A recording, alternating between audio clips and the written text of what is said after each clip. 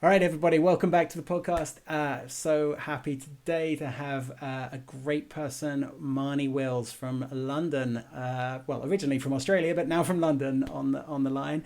Before we start, though, I'm going to put Marnie on the back foot a little bit and tell a story because she doesn't know this, but when I was in Switzerland playing touch rugby. So touch rugby is the sport I love. It's my absolute favorite sport I've ever played. It's the highest level I played at. I played for Switzerland. I've made some amazing friendships through touch rugby. And it's one thing I found moving around the world as I did so many times was everywhere I went, touch rugby was kind of there, available, and people were welcoming and would always there was a good vibe and it was a good international crowd. So that was why when I moved back to London, I was super keen to play again, but I also wanted to play competitively, as competitively as I could. And I was well aware that although I was fit, I wasn't that skilled. So I was trying to do my best to get into recognition with people who meant something so that I could try and play at a good level. And I'm on a field in a place called Clapham in London, and I'm standing there on the sideline, and I run my set in the game. Came off, I wasn't doing particularly well, and then there's this girl standing next to me who I know of very well, and I have met her before, but I didn't think she knew me because she's kind of famous, big deal in touch, and I'm sort of guy from Switzerland who's played in a few tournaments, but not really that big a deal at all. And she turned and she said, "Come on, Nick. You know better than that." And it totally has stuck with me ever since. And that person is Marnie, who I'm talking to today. Marnie is an amazing coach for that kind of reason. She knew to pick that out, and it just lifted me because I was like, well, crap. Not only does she know who I am, she knows I can do better than that.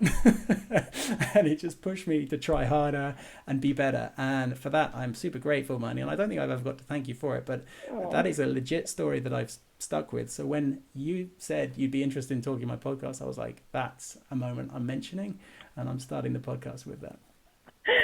Oh my goodness, Nick, that is an eye-opener to, I guess, how much I take for granted and this is not being myself at all, but it takes for granted my natural skill of just absolutely loving being around people and motivating and inspiring people. And I forget in my lifetime how many people I've been able to do that to, and I feel super privileged to be able to do that through touch rugby as well. It's been my life, even in Australia, but more so it's kind of shaped who I am over here in the UK and in particular in London. And I'm quite embarrassed about that story, but it has actually, it has actually lightened my night. So thank you. Oh, good. Yeah. Well, it's a very true story, and I think it's interesting as well because I knew you to be someone who was very tough. And a very tough competitor, and you know I have another great friend in touch, Jen, who is over in Switzerland, who's probably one of the few regular listeners here on this podcast, and she's one of my best friends, and I know that she was. So I knew of you mainly through her and how intimidating you kind of your reputation was and things in terms of being a great player, but also a tough player, a tough coach, so I wanted to start by telling that story, but I also want you to introduce yourself and tell us a little bit about who you are and what you do and all the different things you do. So if you can, I'll pass over to you now, Marnie, just to give us an update on where you're at in life. Okay, cool. So I am originally from Aussie. I came over at the right age of 21, so quite a few years ago. I came over as a qualified PE teacher. I followed a boy over. Yeah, I did. He's also well known on the England touch scene. Yeah, I followed him over because he had a scholarship to play rugby league. And I guess I was just kind of looking for that next big thing to do because I feel like that's a bit of my personality, always looking for that next big thing. And London seemed like that. So came over, PE teaching, worked my way up quite quickly to a head of PE role. I've had head of netball roles before. And at that same time that I was working my way up in my career, I was also playing a lot of competitive sports. So started off refereeing touch over here, surprisingly, first. And then I moved to playing, representing England, and to this day, I still have my international cap, so that's super exciting. And then I also played indoor netball for England as well. So at one point in my career, I was trying to manage a PE department as well as be a dual international athlete. And what I found is that, how do I put this without sounding too feminist? I was struggling a little bit to be recognised for the next step in my career, a director of sport role.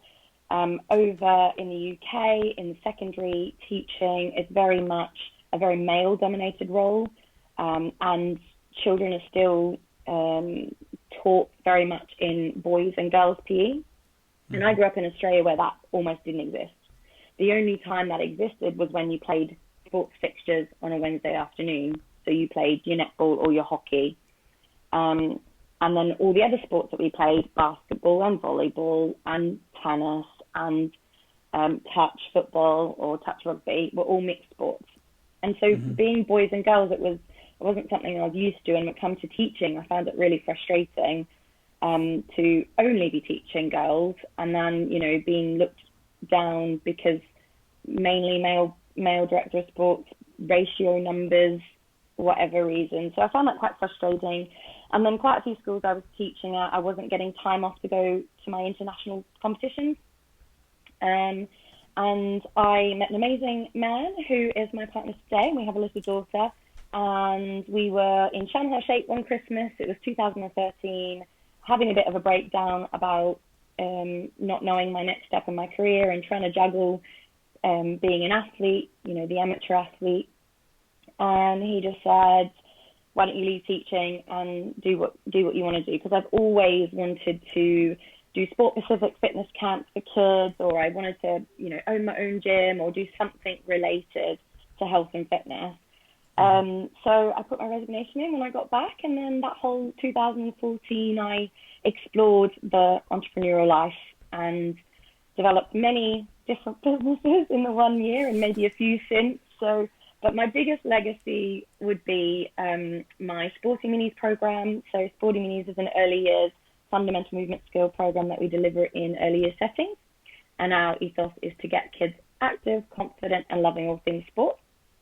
Pre-COVID, we were delivering to over 3,000 children a week, which was pretty amazing. During lockdown here, we're running at about 25%, but it's still amazing to have that impact. And then my other little baby is my little side hobby, which my partner calls my expensive hobby, is my SportsFit program. So I started off training amateur athletes because I was an amateur athlete myself. And my ethos is athletic development for all. So now I have mum and babies, now I have some family fitness sessions, and now I'm online. Yay! Yeah, that's awesome. Thank you so much. I think just to give anyone who's listening to this some context, so in case you're listening to this much later at a different time, it is currently November in 2020 and the UK is in lockdown due to COVID.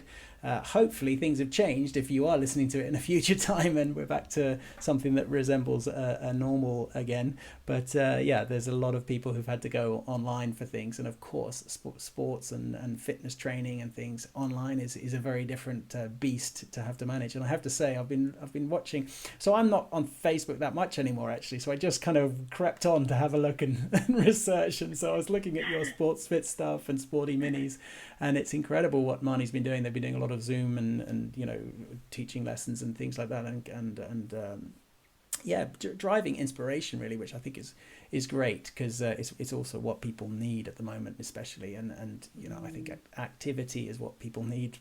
Personally, it's had a massive effect on my life when I've got fit and cleared my head through fitness, but I think that's similar for a lot of people. So Marnie, I got to take you back because you've been quite modest. So you're not being modest, but you're not really. You brushed over dual athlete. that's a dual representative athlete for England, right? In two different sports, that means. Yeah. So you played netball and touch rugby. Now, or touch footy, as people in Australia call it. But what I wanted to say was to anyone listening, because those are both non-professional sports. So, right? Netball's not either, right? And the amount of work and effort it takes just purely to be able to play at that level in terms of fitness and dedication to training and skills development, both as an individual and on teams, it's enormous. They're both very competitive, those two sports, at the highest levels, and Marnie played at the highest levels. Playing for England in both of those is amazing. And I want you to list the medals in a second, so you better be ready. But I just wanted to make sure everyone understood, because even though it's not a professional sport, the amount of work and dedication is enormous. And I think for me, that's one of the main reasons, actually. I mean, that, plus the fact I find you so inspirational, but that's really why I wanted to talk to you as well, because I think you've seen that level of commitment and hard work. And no doubt I've seen you coaching people on that kind of thing as well. So I just wanted, so first of all, medals. What have you won with those? Okay, well, I'll start. What are you most proud of? Quite a lot. So I'll clarify by saying that I played for England in indoor netball, so it's indoor nets, which is now recognised by Sport England and by England Netball. And England Netball now is semi-professional at the elite level, which is really exciting for women. And if anyone follows Sky Sports, especially here in the UK, there's quite a lot more netball being showcased, which is amazing. There's so many proud moments, it's crazy. But I think actually for me, playing indoor nets at a world champ in my home country, so in Australia, and playing against some of the athletes that I used to play with when I lived in Australia was pretty amazing, because in Australia, to make an Australian international side in any sport is really, really hard, because the competitiveness and the competitive level is just out of this world. And to put that into context, in terms of netball, England often used to lose to Australia by 20, 30 goals. In touch rugby, we lose to Australia, England lose to Australia by at least 10 to 15 tries, and that is a lot of tries. So there's a big, big gap. So it was a massive, moment for me to be playing against these athletes that I grew up with as well. Even though it wasn't in my Australian, jersey, it still meant the same for me. So that will probably be quite a proud moment. Although there was no medals won at the World Champs for England, it still was a massive eye-opener for me to be able to compete at that top level. Yep. In touch, I've been lucky enough now to be playing for England since 2010. And we have won a medal every single year, normally a gold medal. However, in 2011, we lost a bronze medal drop-off to Singapore, which was heartbreaking. Which was the World Cup. That was my first World Cup with England. And then second World Cup, we, if there's any touch fans listening, you'll know that the 2015 World Cup was pretty much rained out in Coffs Harbour in Australia. So it was a completely different world. We bummed out a little bit there, so we went from fourth in the world to fifth in the world. And then the last World Cup, 2017? No, 2018? 2019? Oh my 19. Goodness. 2019, yeah. Was in Malaysia. I went up in age category, so I played women's 27, and I finally got that bronze medal at a World Cup, and that has to be my most recent proud moment. And it took 3 World Cups and 12 years later, right, to get there, but everything was worth it, because that's my pride and joy now.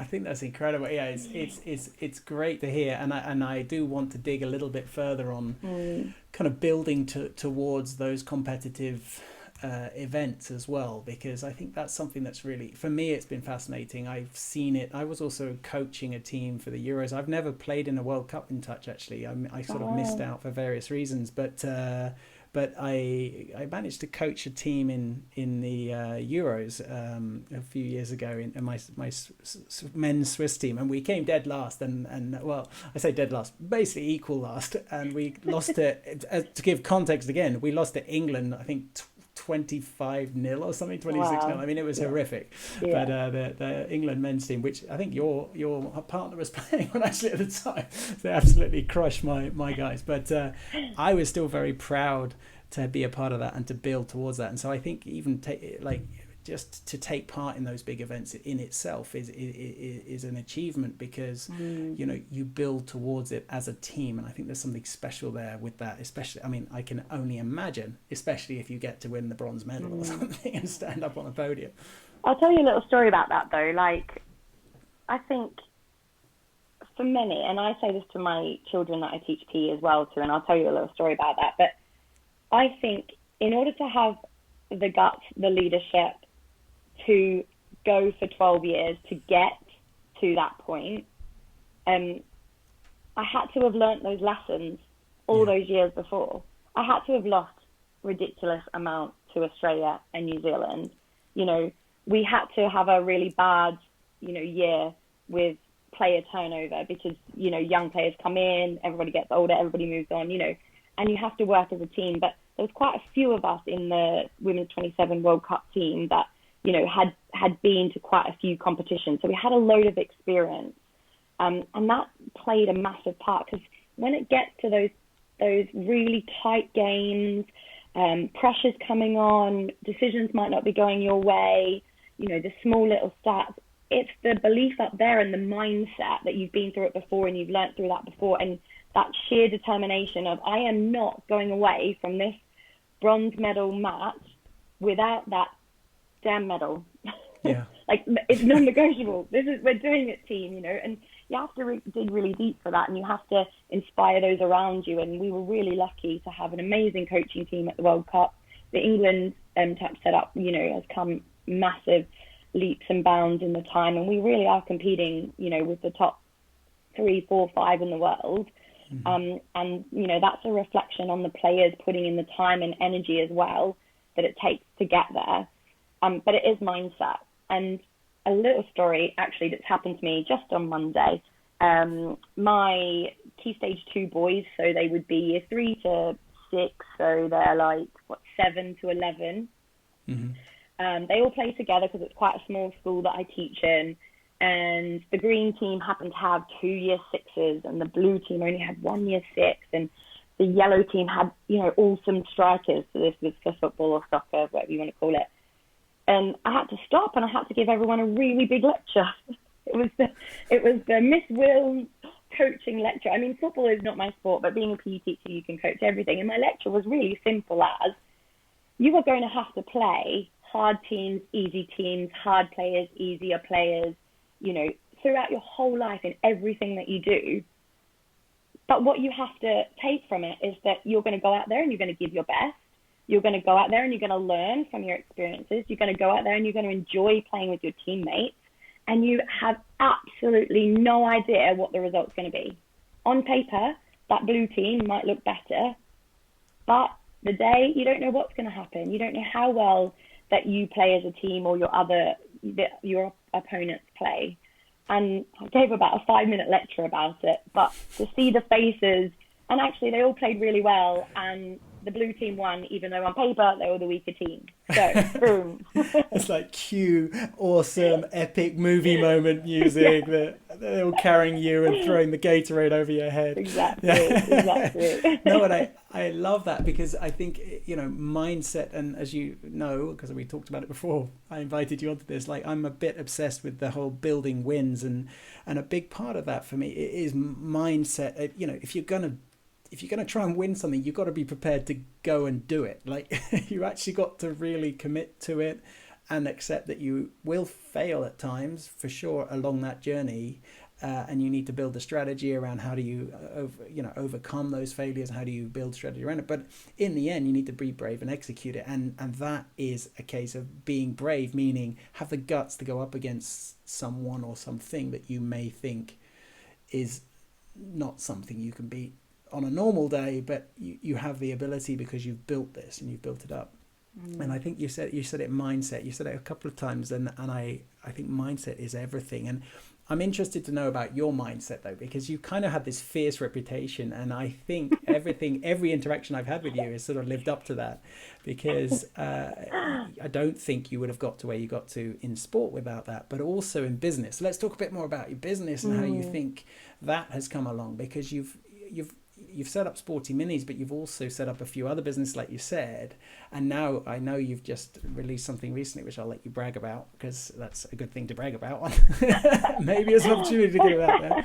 But why don't you tell us a bit more about that and your journey with entrepreneurship, and how, and especially what I'm interested in is how you think that relates to your mindset that's come with sport and competitiveness and learning how to win and achieve. Yeah.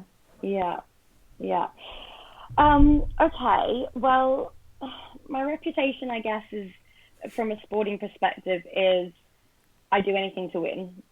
And sometimes that can be, not being the nicest teammate, because I'm disappointed, I'm upset, I'm gutted that, my teammate either didn't care, didn't try hard, or maybe they were trying hard, but in my eyes it wasn't good enough.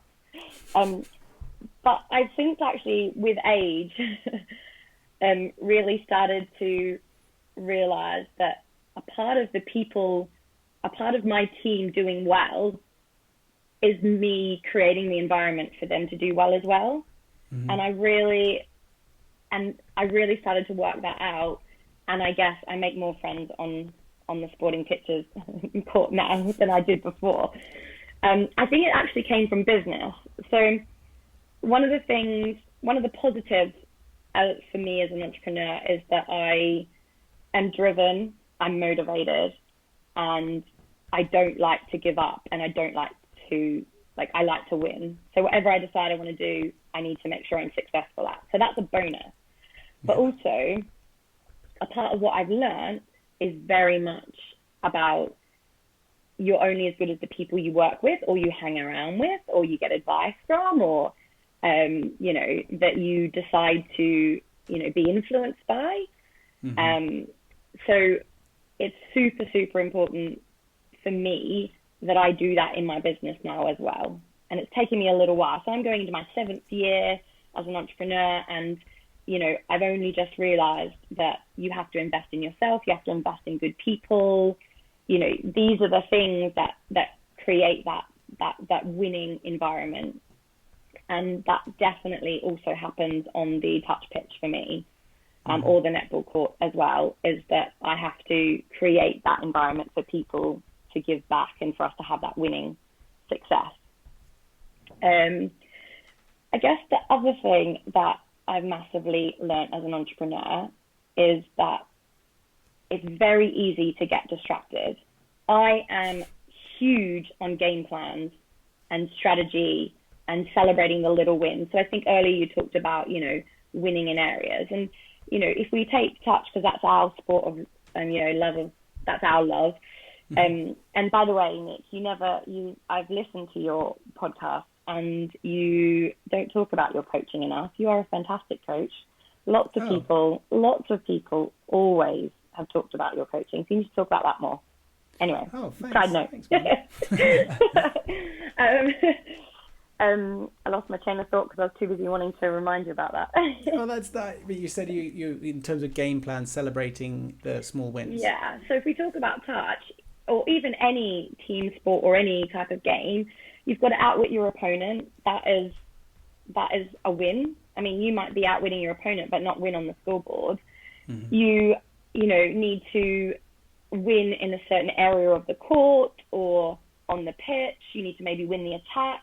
We think about football, you could have 70% strike rate converting 20, whereas another team might be, striking at 50% but converting 30. So You might be winning that area, but you haven't won overall. And it's important to celebrate those wins regardless. And in running a business and in the entrepreneur world, that is massively important. To look back and go, okay, well, I won there and I won there, and that's okay. I learnt there and I just here. And if you don't do that enough, you end up doing what I do way too often and obsessed with shiny objects. Something else comes up that I can succeed at or win at because I haven't celebrated the wins I've already had.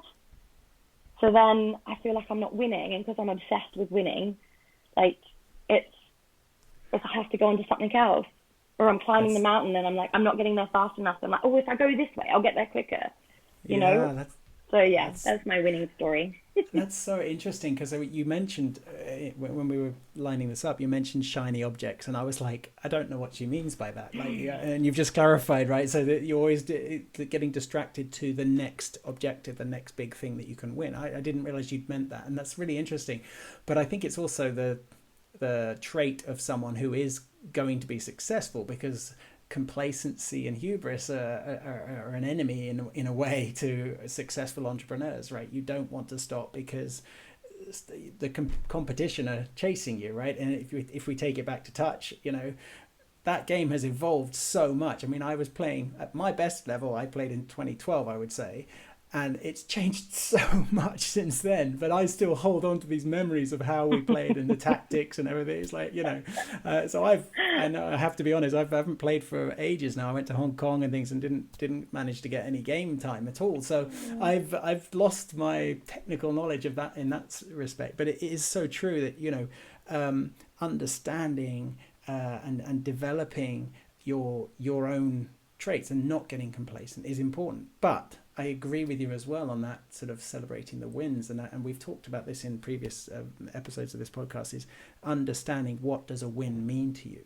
Like, first of all, defining that win, making sure you understand, like, what is the win here? And you've just said it, a bunch of things which I love as well, like all those kind of technical aspects of a game, especially in sport, you know, the percentages, the ratios, those sort of things which kind of sound like there's something off an NFL, you know, coach's team.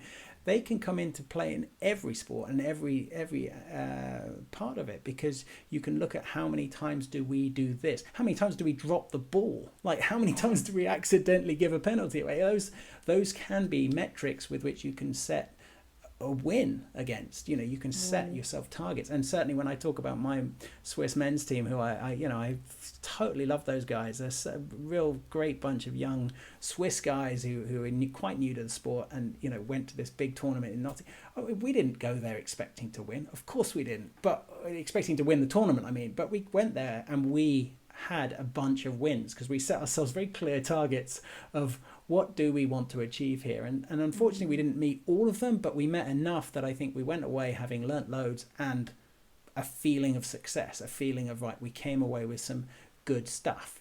And when you talk about it in business, I agree. I mean, I would say I'm a wannabe entrepreneur. I've set up 2 businesses, but neither of them have worked. So I'm kind of way behind you on the curve. Third time lucky. Yeah, exactly. Maybe.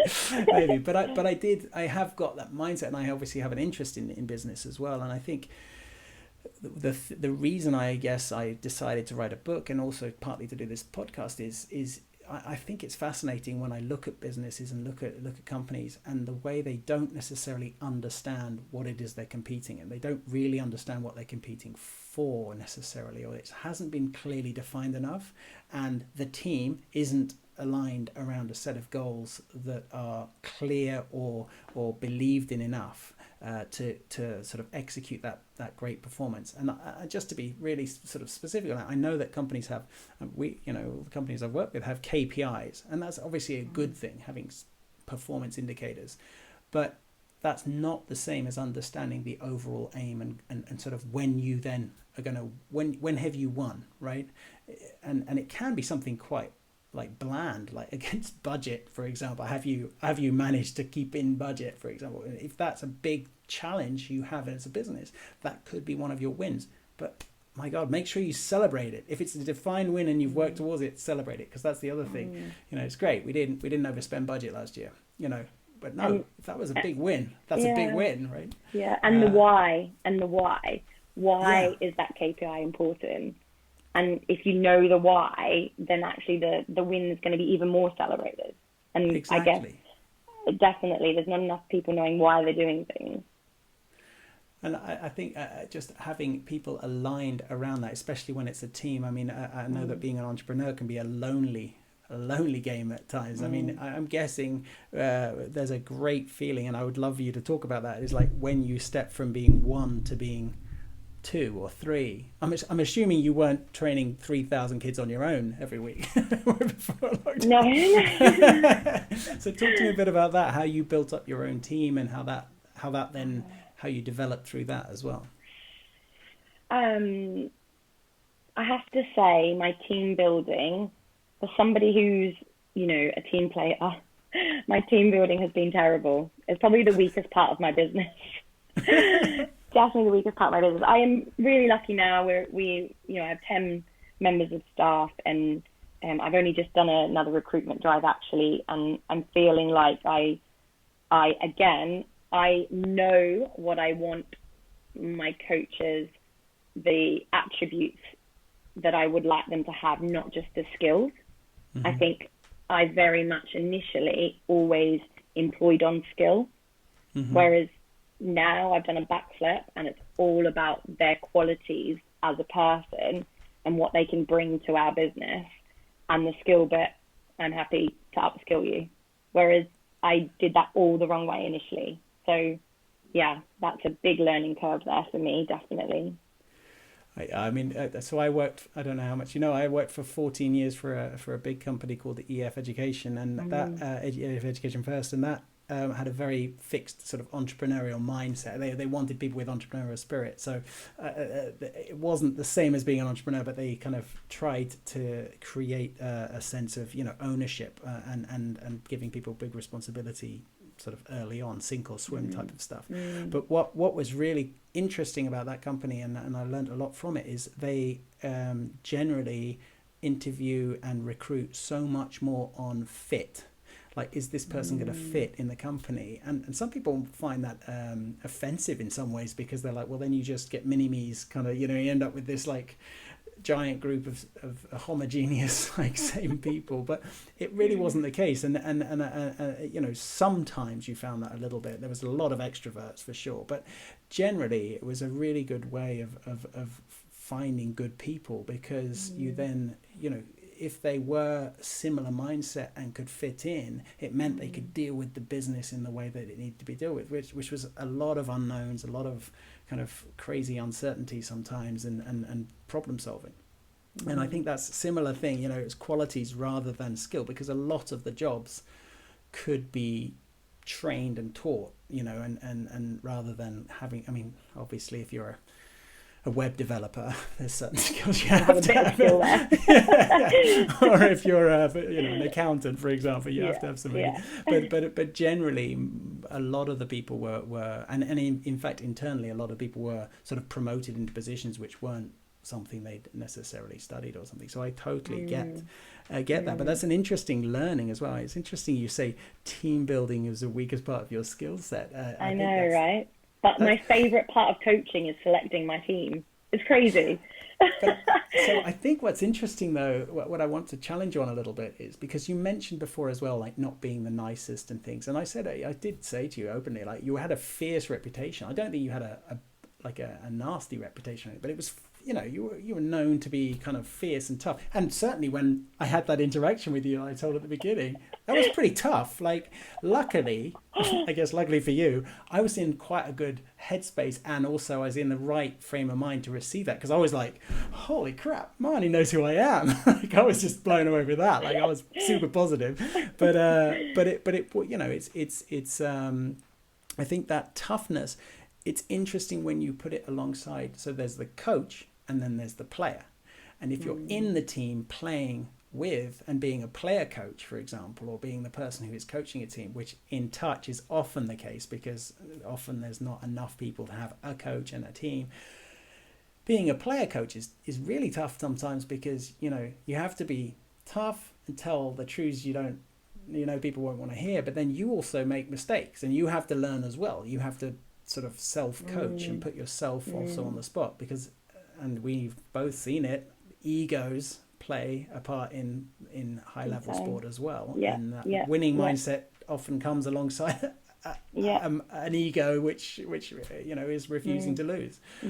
So I wanted to challenge you on that a little bit of like, where do you feel like that's had an effect on you, and have you adapted that? You've said you've changed with age, but do you think that's part of what's changed?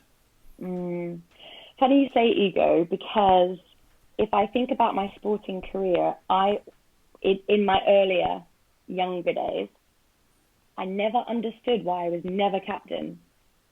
I understand. I'm like a natural leader. I can direct people around, and I can, that was my ego talking. But, genuinely, most of my teammates didn't need me as captain because I was such a strong leader anyway. I had such high expectations anyway, that sometimes they probably needed a bit more of a caring, holistic type captain, which wasn't me, And it's only now that I'm older that I look back and I'm like, oh yeah, I'm a terrible I'd be a terrible captain. That's just not me. And I guess it's the same in business, that what has taken me so long to get to where I am now is probably my ego, because I wanted to control everything. I wanted to do everything. I wanted to be that main person. And I wanted everybody to do everything like me, rather than letting that go and having, the confidence that my coaches are on board with my ethos of how we want to teach children. They know the impact that they make, and instead of highlighting them as amazing individuals that are really making an impact on children's lives, I was too busy trying to make them me. But everybody can still make an impact in their role, and especially in the coaching that we do, they can make an impact by being them. And I am providing them an opportunity to be able to impact those children. And, I finally am so pleased, and we come back to success here, is until now, I have not felt successful in any part of my life, even though, I know that I've been privileged enough to play at really high levels, and even at my age as well. But I only feel successful now because I can reflect that I have a legacy that I am immensely proud of, and I am successful because my job now is to inspire others to deliver the program that I've created so that we can impact more people, rather than trying to do it all my bloody self. But that's so great, Marnie, and you should be proud. I mean, it's a great thing to have recognized, and it's a great thing to be proud of as well, to empower people. I think a big learning. It's interesting, you keep talking about being older. You're not that old, Marnie.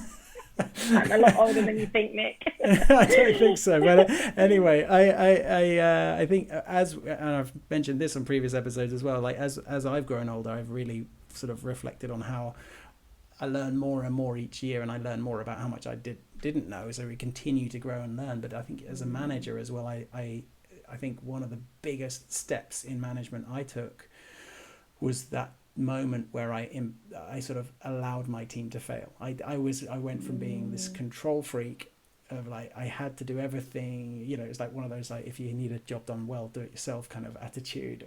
I mean, I wasn't that bad, but on to then, okay, I'm going to step back now and let this go, and I'll just make sure everyone's doing what they need to do, but I'll try and let go and not micromanage. And it was from that moment I had such a big change, because I realized, oh my God, they're so much better than me.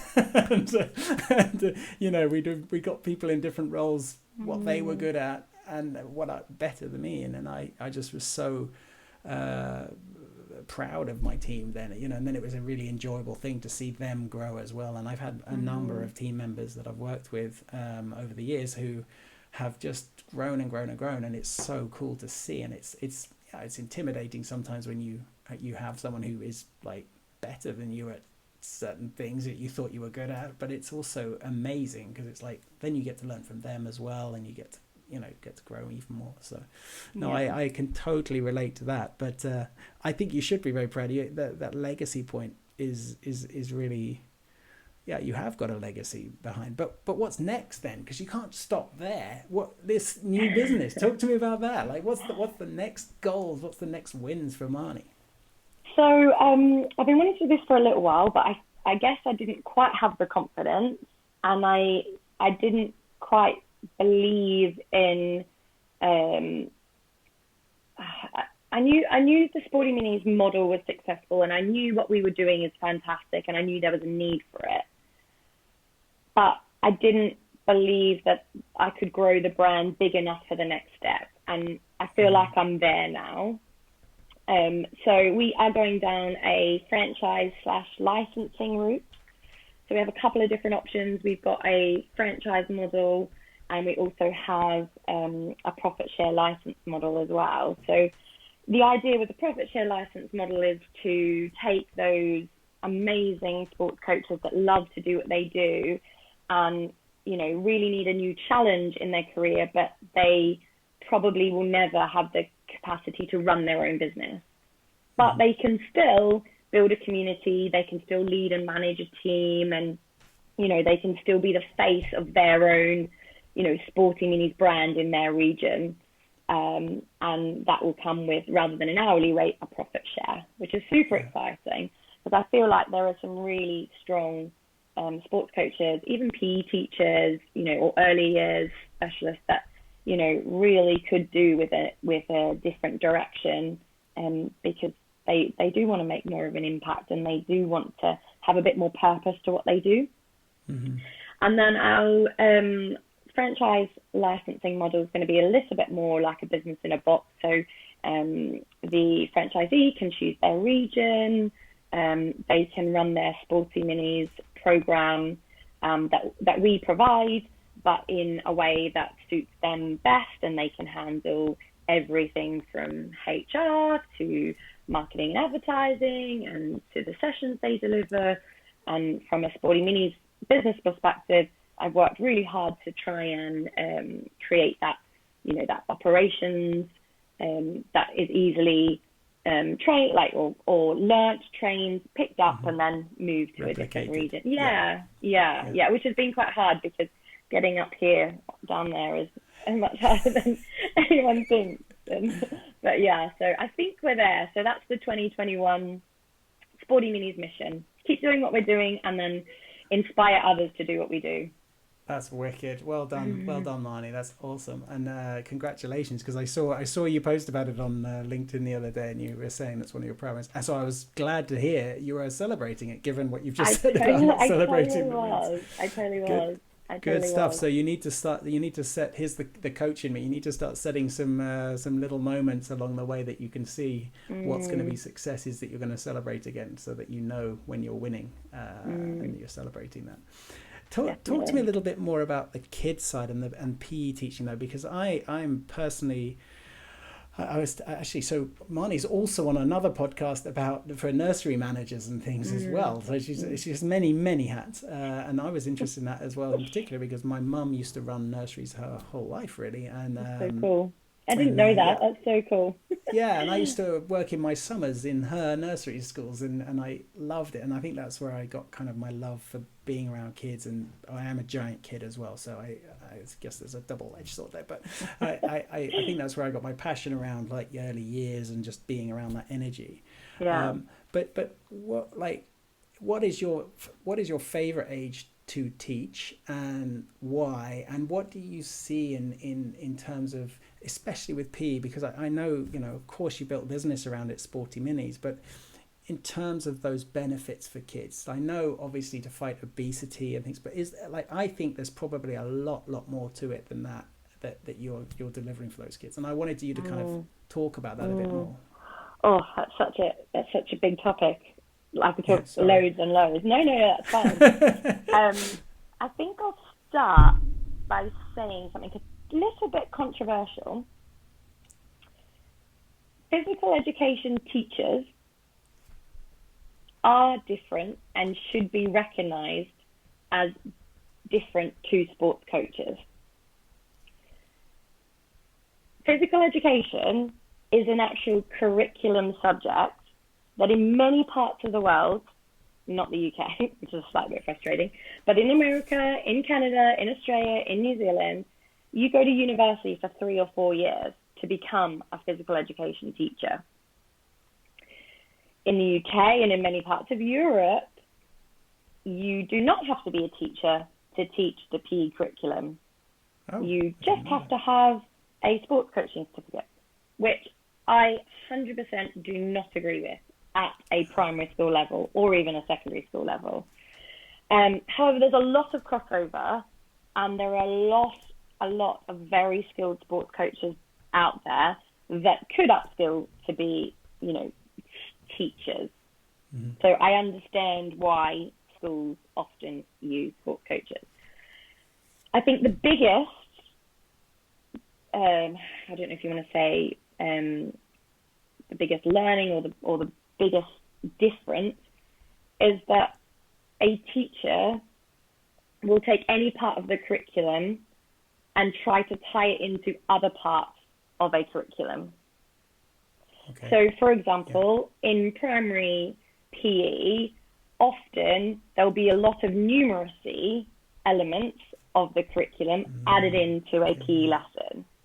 Yeah, okay. You could do quite a lot of geography added in to your PE lesson. And that's the bit that the teacher brings that a lot of sports coaches don't bring because they just don't generally have that curriculum knowledge. Yeah. It's not to say they're not delivering the same, it's just there's not as much intercurriculum link. And children should become lifelong learners and want to learn rather than go, oh, I'm going into maths today, or I'm going into literature. You're all learning. Let's mix it all together, because children will learn differently in different environments. And that's something we need to massively promote, that children don't just sit down to learn. They can learn in other environments. So then take my Sporty Minis program, which I love, and what I think is our unique selling point is all of our sessions link to the 7 areas of learning within the curriculum. And we try to do that as much as we can. So, and the other areas that we really try to target is the social and emotional well-being of a child in our lesson. So it's not just physical in any of our Sporty Minis sessions. It's socially. Are they able to communicate with other people, other children within the session? Can they communicate to the coach? Emotionally, are they getting the praise they need? And it's not just, oh, well done, Johnny. Johnny, you collected that ball with so much speed and brought it straight back. Or, you kicked with the most pointy toes. That is amazing. Like it's that type of, extra good feeling and the way they learn as well, not just good running, Sam. Yeah. Well done. Which I think lots of people think they're giving praise. Even now I say to my daughter often, well done, Ella Rose, you washed your hands. But, actually I can go that step further and say, well done, Ella Rose, for washing your hands for 20 seconds and not getting water everywhere. I know that's really simple, but, What a telling COVID time comment. Jesus. And that's just said that a few times. Yeah. How many times do we wash our hands nowadays? No, I'm constantly catching myself doing the wrong type of feedback in that way, like just giving the easy throwaway comment like well done or whatever, or that. But I tell you, practice is a really big word in our household. So we, you practiced really hard for that, that success or whatever, like, oh, that's great drawing, you practice really good, like you keep practicing and you're going to get even better, like practice, because I love that. One of the few things I've learned along the way is practice is what gets you there, really. It's not the game day, it's the practice you did before the game day. But I know that you guys must be experts in being able to pick out those specific positive feedbacks. I find myself falling into that trap. The thing that drives me, so I have 2 daughters. I'm a bit of a feminist as well, and I find it a bit frustrating with the whole kind of you look so pretty princess type thing, and I've really tried to avoid all of that. However, my daughter loves princesses and unicorns and pink. we were I'm like, with you. dress her in neutral clothes, like don't go down that pathway. But unfortunately, life outside of our influence took over, and I don't really mind that she loves those things either. But I'm certainly not calling her a princess. I will tell her she looks lovely in her dress, but because otherwise I'm just being nasty. It's so hard though, because it's that external environment. We were walking my daughter to preschool the other day, and it was like a rainy day, so I put black track pants on her. You know, she had a Mickey Mouse top or whatever. She must have walked past like a shop window and saw her reflection and turned around and said, "Mummy, I look like a boy." And I was like, "No, you don't." I was like, "You have a pink helmet, you have a purple jacket." And she's like, when I reflected on how I responded, I was like, "Oh, it's silly." But, you know, she picked up her black track pants and she went, "These are boys." And I was like, "It's got a love heart on it." What do you do? Yeah, it's a strange time. I mean, we have to be. I guess, you know, I had a conversation with someone who's very much in the art space, and she was actually talking after we talked about Cynthia. If you want to go back and have a look at anyone listening, if you want to go and have a look at the episode, but she is an amazing woman. But she was talking about some of her art students after the call, in fact. So, you know, like, she was giving me the inside scoop, and just the way in which we have to be so careful nowadays on upsetting people and triggering people. But you're right, like the color thing, it drives me nuts with you know, pink. And you say it yourself, like, you're like, "No, you've got a pink helmet." It's like, no, that can be a boy. So I've been looking around for a pink jacket to wear so that I can good on you. a man in a pink jacket. But I know that in a way I'm making more of a statement by just doing that as well. So I don't know, we end up a bit lost on that one. I'm not sure how we got there, but I wanted to drag us back on to that one. Well, but I guess parents of little girls is the modern challenge we have. But I guess what I wanted to sort of finish up on was talk about that. Like, as a mom, how's that changed you in terms of your attitude towards Ella Rose growing up and you know, both mom and dad. Dad is also a very good touch player as well. I don't know if he's played other sports actually, but I do know Dougie, and he's a great athlete as well. So both got that competitive attitude, I suppose you'd call it. So how do you think that's going to influence Ella Rose? What's your hope for Ella Rose in her future? Like, I mean, I know that you're going to be very proper and say she does whatever she wants to do, whatever. But like, what is your attitude towards that, and how's that changed since motherhood? Well, you know me, I just say it how it is. I basically said when she was younger that if she's not good at sports, she's being adopted. Fast forward to 3.5, and she is not the best Sporty Minis in my class, put it that way. And in fact, I heard her preschool teacher today say, "Oh, Ella Rose isn't doing it, she's lazy." And I was like, that's my daughter. If you ask Dougie, he would say as long as she is happy and does what she wants. I think Dougie was very academic and was pushed quite academically. Yeah. So I think he definitely doesn't want to push her from that point. I was very sporty and pushed very sporty, so I'm like, I just want her to be smart. So I think we kind of just clashed there. But, you know, for us, it's just showing her a healthy lifestyle and for me, allowing her to have the benefits that I believe sport gives children. And, you know, my whole identity as a person, pre-Ella Rose, was about me being my amateur athlete and me being, you know, a PE teacher, sports coach, entrepreneur, and that's just shaped my whole life, and I couldn't imagine anything else. And then, you know, with Ella Rose, I guess I just want her to see that you don't just have to have a job, or you don't just have to be a mum, or, you know, you can do whatever you want to do and you can make it happen. I mean, Ella Rose has been coming. My first game back was 5 weeks postpartum, and my first tournament was 6 months or 5 months, and I was breastfeeding. And, you know, she's come everything with me. And even now, you know, we had a Friday morning mum's fitness, and, you know, she would come, she would sit down, she'd sit on the blanket, she'd have a snack, and then she'd get up and run with us, or she'd play with the little babies, or, you know, and she just said, oh, Mummy, we're going to Sportsfit. And I'm like, yeah, we are, like, you know, or gym session, and she'd be on the rower, and, you know, like, that's, I've had mum guilt before, like, oh, I've got to drag her along, you know, to my work, or I used to teach her spin and she used to be in a sling, or, you know, or when she was a little bit more difficult, you know, I would feel mum guilt about having to bring her or take her out of her buggy or cot, whatever. But I'm like, actually, no, this is what makes me happy. A happy mum is a happy child. And I'm just showcasing to her that, you know, you, whatever you would like to do in life, you make it happen. There should be nothing that stops you doing that. And, you know, the other day, it was a Sunday, we were having our touch league on a Sunday at Clapham, surprisingly, still there.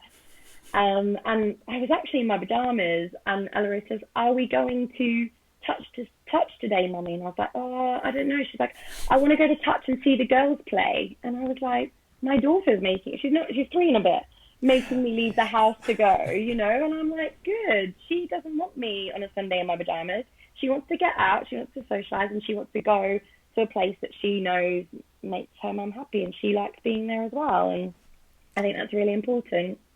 That's you know, awesome. out the window with the stereotype mums have to take the kids to the play centres all the time. You know, our touch community is our play centre.